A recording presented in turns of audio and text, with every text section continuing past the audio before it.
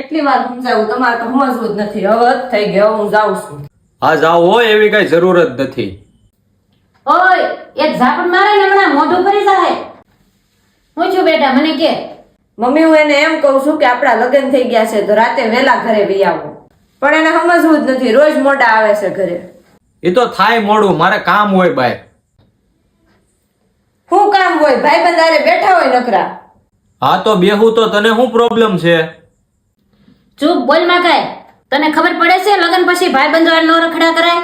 રાતે વહેલા આવીને ઘરે બધા હારે બેહાય અને જમાય અને પૂછાય કે કોઈને કાંઈ વાંધો તો નથી ને. અને લગ્ન કર્યા છે તો ઘરવાળીને સમય આપવો પડે.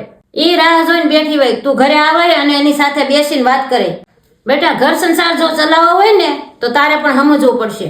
હા મમ્મી, હવેથી હું વહેલો આવી જાય અને આની બાજુ બેહીને એને સમય આપે હો.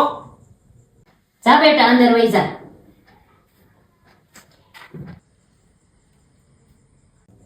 દાંત હું કાઢશો? થઈ ગઈ મમ્મી પાસે હારી? એ તો હું પહેલેથી જ હારી છું હો. હો